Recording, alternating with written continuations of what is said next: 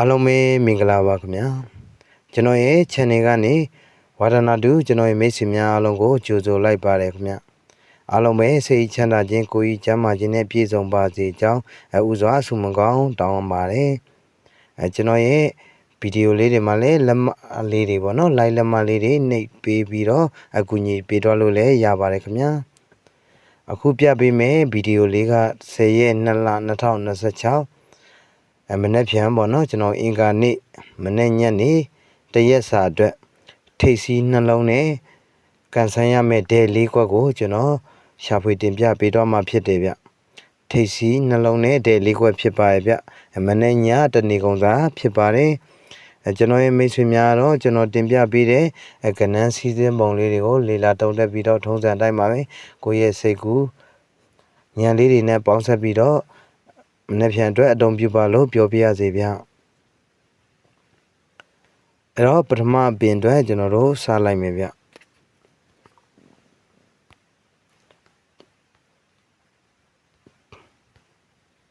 ကျွန်တော်ထိပ်စီးလေးကိုပထမဦးဆုံးပြပေးပါမယ်ဗျနော်ထိပ်စီးလေးကိုကျွန်တော်အစိမ်းရောင်လေးနဲ့ဆွဲပြီးတော့ပြပေးတော့မယ်ဗျ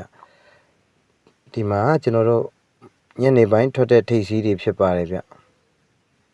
နှလုံးကိုယူမှာဖြစ်ပါတယ်ဒီမှာညနေပိုင်းမှာခွင်ရင်2ရယ်ပေါ့နော်ဒီတစ်ခေါက်ထိပ်စီးယူတဲ့ပုံစံကကျွန်တော်ပေါင်းချင်းနဲ့မသွားဘူးဗျာနော်ပေါင်းချင်းနဲ့မသွားပါဘူးအဲ့တော့ခွင်ရင်2ရယ်ကျွန်တော်ညနေပိုင်းမှာထိပ်စီးအနေနဲ့ဆင်းထားတယ်အဲ့လို2ကြိမ်ဆင်းပြီးတဲ့အချိန်မှာအဲ့နှလုံးတွေကပေါ့နော်တစ်လုံးကတော့ကျွန်တော်တို့နောက်ရက်မှာပေါ့တနေ့ကုန်အတွက်ကျွန်တော်ထိပ်စီးအနေနဲ့ဒီမှာပါ2ခွန်ကနေကျွန်တော်2ထိပ်လေးဆင်းသွားရဗျကျွန်တော်ပြန်ပြောမယ်ဗျာနော်ပထမပင်အစိမ်းရောင်4000နဲ့မှ9ပေါ့နော်မပေါင်းပါဘူး9အဲ့နှလုံးကကျွန်တော်နောက်ရက်ပေါ့နော်တနေ့ကုန်မှာကျွန်တော်တို့ထိပ်စီးအနေနဲ့2ထိပ်လေးကပြန်ဆင်းပေးသွားတယ်ဗျနောက်တစ်ပင်ကိုတော့ကျွန်တော်အဝါရောင်လေးနဲ့ပြလိုက်ပါမယ်ကျွန်တော်4000နဲ့ပြရမှာဖြစ်ပါတယ်ညနေပိုင်းထိပ်စီးနှလုံးပေါ့နော်ကျွန်တော်အဝါရောင်ဒီမှာ2ရ1ရပေါ့နော်2 1အဲ့နှလုံးမပေါင်းပါဘူးဗျာနော်အဲ့ဒီနှစ်တက်ကကျွန်တော်နောက်တစ်ရက်ပေါ့နော်တနေ့ကုန်မှာဗာလေးထွက်တော့လေးဆိုကျွန်တော်မနက်ပိုင်းမှာကျွန်တော်နှစ်တက်ထဲကနေကျွန်တော်တစ်ထိပ်စီလေးဆင်းသွားရဗျအဲ့ဒီမှာတစ်ထိပ်စီလေးဆင်းသွားတယ်ခင်ဗျာအဲ့တော့တတိယပင်တော့ကျွန်တော်အပြာရောင်လေးနဲ့ပြလိုက်မယ်ဗျကျွန်တော်မနက်ပိုင်းထိပ်စီဖြစ်ပါတယ်မနက်ပိုင်းထိပ်စီအတွက်ဒီမှာ sorry ပါဗျာနော်ညနေပိုင်းထိပ်စီပါညနေပိုင်းထိပ်စီဒီမှာအပြာရောင်4000နှလုံးပေါ့နော်4ရ3ရဒါလည်းမပေါင်းမဲနဲ့ကျွန်တော်တွားကြအောင်4ရ3ရကျွန်တော်ညနေပိုင်းမှာထိပ်စီကြပြီးပြီနောက်တစ်ရက်မှာကျွန်တော်တနေ့ကုန်မှာ4တုံးလေးကဗာလေးထိပ်စီပြန်ဆင်းပေးလဲဆိုဒီမှာပါဗျာနောက်တစ်ရက်မှာကျွန်တော်မနက်ပိုင်းမှာ4ထိပ်စီဆင်းသွားပေးတယ်ဗျအဲ့တော့ကျွန်တော်တို့အင်္ဂါနေ့အတွက်ထိပ်စီရတော့ကျွန်တော်မိတ်ဆွေများလည်းတဘောပေါလောက်ပါပြီဒီမှာညနေပိုင်းပေါ့နော်ဒီထိပ်စီးနှစ်ခုယူမယ်ဗျ1ရ9ရပေါ့နော်1 9ထိပ်စီးနှလုံးပေါ့နော်အဲ့ထိပ်စီးနှလုံးကအပေါ်ကအစိမ်းရောင်အဝါရောင်အပြာရောင်လို့ကျွန်တော်နှလုံးတွေကတစ်လုံးကိုထိပ်စီးပြန်ပေးမယ်ဆိုရင်ဖြင့်ဒီနေ့ဒီပေါ့နော်ဒီပန်းရောင်အင်္ဂါနေ့တရက်စာက1ထိပ်တော့မဟုတ်9ထိပ်စီးလေးဖြစ်ပါတယ်ထိပ်စီးယူတဲ့ပုံစံလေးကျွန်တော်မိတ်ဆွေလည်းတဘောပေါက်လောက်ပါပြီပေါင်းချင်းနဲ့မသွားဘဲနဲ့တွားတာပေါ့ဗျာနော်အဲ့တော့ကျွန်တော်ပန်းရောင်4000ပေါ့နော်ညနေပိုင်းထိပ်စီးနှလုံးဖြစ်တဲ့19အဲ့နှလုံးက4ပင်မြောက်ဆက်လာခဲ့ရင်ကျွန်တော်အင်္ဂါနေ့မှာထိပ်စီးအနေနဲ့ပြန်ဆင်းရမှာဖြစ်ပါတယ်1ထိပ်တော့မဟုတ်ကျွန်တော်တို့1ထိပ်တော့မဟုတ်9ထိပ်ပေါ့နော်အဲ့တော့တူနဲ့တွဲတော့တဲ့နောက်ပိတ်လေးတွေကိုကြည့်အောင်ဗျာနော်တူနဲ့တွဲတော့တဲ့နောက်ပိတ်လေးတွေကိုကျွန်တော်ကဗာနဲ့ပြရင်ကောင်းမလဲဆိုတော့ကျွန်တော်မြားလေးနဲ့ပြလိုက်မယ်ဗျာနော်မြားနဲ့ပြပါမယ်အဲ့တော့အမြားကိုကြတော့ကျွန်တော်အနီအောင်လေးနဲ့ပြလိုက်မယ်ဗျာနော်ကျွန်တော်တို့ပထမပင်ကိုကြည့်အောင်ဗျာနော်ပထမပင်ကျွန်တော်တို့အစိမ်းရောင်မှာ9နှစ်ပေါ့နော်9နှစ်မှာကျွန်တော်ညနေပိုင်းမှာ2ထိပ်စီးပြန်ဆင်းတယ်နောက်ပိတ်ကဘယ်လိုတွဲတော့လဲဆိုကြည့်အောင်ဗျာဒီမှာ3ဖြစ်ပါရဲ့ဗျာနော်3ဖြစ်တဲ့အချိန်မှာတပင်ကျော်မှာကျွန်တော်သူ့ရဲ့နှက်ခတ်ပေါ့နော်3ရဲ့နှက်ခတ်5ဆိုပြီးမှလာပိတ်တော့ရဗျာနော်2ထိပ်နဲ့5နောက်ပိတ်ပေါ့နော်အဲ့လိုလေးတွဲပြီးတော့2 5ပေါ့ညနေပိုင်းမှာဆင်းပါတယ်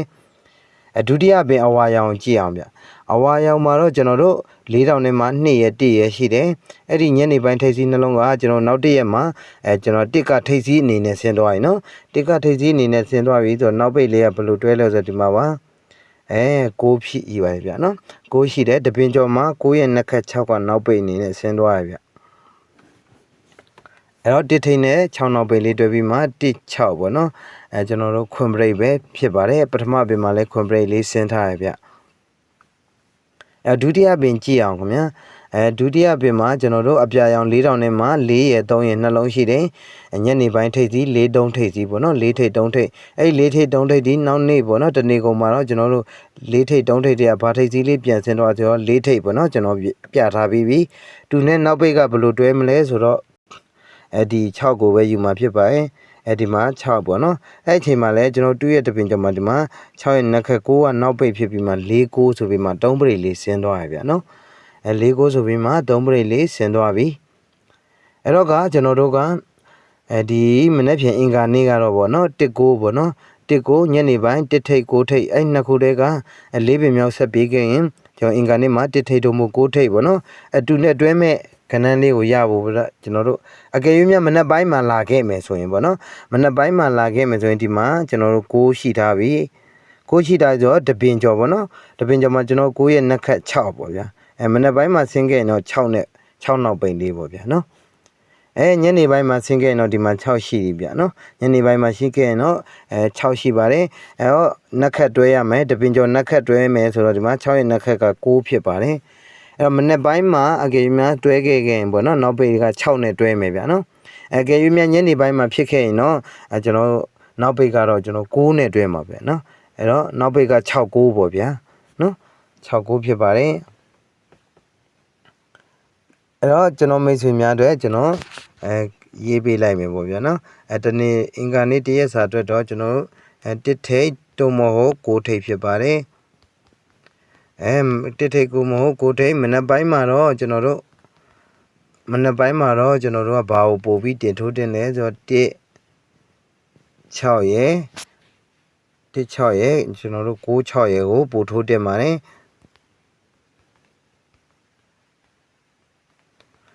ညနေပိုင်းမှာပေါ့နော်ညနေပိုင်းပေါ့နော်ညနေပိုင်းမှာတော့ကျွန်တော်တို့ကဘာထိုးမလဲအစောညနေပိုင်း9နောက်ပိတ်နဲ့တွဲရမှာဆိုတော့ကျွန်တော်1 9ရယ်9 9ရယ်ပေါ့နော်ညနေပိုင်းမှာတော့ဒါလေးကိုပို့ထိုးပါဗျာနော်ပို့ထိုးပါဒါဟုတ်ပြီနော်နောက်တစ်ခုကဗျာကျွန်တော်တို့ထားပါတော့ဒါလေးကိုအရင်ရေးပြလိုက်မယ်ဗျာနော်ခဏလေးစောင့်ပါအောင်ဗျာနော်မထွက်သွားသေးနဲ့အောင်ကျွန်တော် break လေးနဲ့တွားလိုက်အောင်ဗျာနော်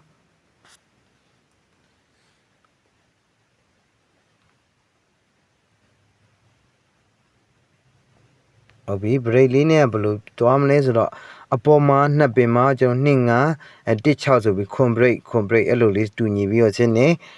ကျွန်တော်တတိယပင်မှာ4 9ဆိုတော့3 break ပေါ့နော်အဲ့တော့ခွန် break 3 break အဲ့လိုလေးများဆင်းမလားပေါ့နော်အဲ့တော့ရန်ကျင်ဖြစ်ဗျာနော်ဆင်းမလားဆိုတော့3 break ဆိုတော့1နဲ့9 4ပေါ့ဗျာနော်ဒါလေးကတဲ့ရန်ပေါ့ဗျာနော်ဒါကတော့တဏီကုံစားပါနော်ဒါတော့တရက်လုံးရန်ရမှာဖြစ်ပါတယ်ရန်ကွက်လေးကိုတော့ကျွန်တော်အပြာရောင်လေးနဲ့ရေးလိုက်မယ်ရန်ကွက်လေးကိုကျွန်တော်ဒီဘက်ဘေးမှာထားလိုက်မယ်ပေါ့ဗျာနော်ကျွန်တော်မိတ်ဆွေများပေါ့ဒီ site လေးကိုပေါ့နော်ကျွန်တော်တွေ့တဲ့မြင်တဲ့ကျွန်တော်စိတ်ကူအယူဆလေးတွေဖြစ်ပါတယ်ကျွန်တော်ယူဆပြီးမဲ့လေကျွန်တော်မိတ်ဆွေများလည်းကိုပိုင်းစိတ်ကူညံလေးရှိပါတယ်အဲ့တော့အမှားမှန်ချင်းချင်းပြီးတော့အသုံးပြုပါလို့ပဲပြောပြရသေးဗျအားလုံးပဲပေါ့နော်တယောက်ချင်းစီတိုင်းကျွန်တော် channel ကိုပေါ့နော်ကြီးကျူအားပေးသွားကြတဲ့တယောက်ချင်းစီတိုင်းကိုကျေးဇူးအများကြီးလည်းတင်ပါတယ်အားလုံးကိုလည်းကျွန်တော်ရဲ့စိတ်မှာအစဉ်ထာဝရအမြဲတမ်းလေးစားလျက်ပါလို့ပြောကြရင်းနဲ့ပဲဗီဒီယိုလေးကိုဒီမှာရန်နာခွင့်ပြုပါခင်ဗျာ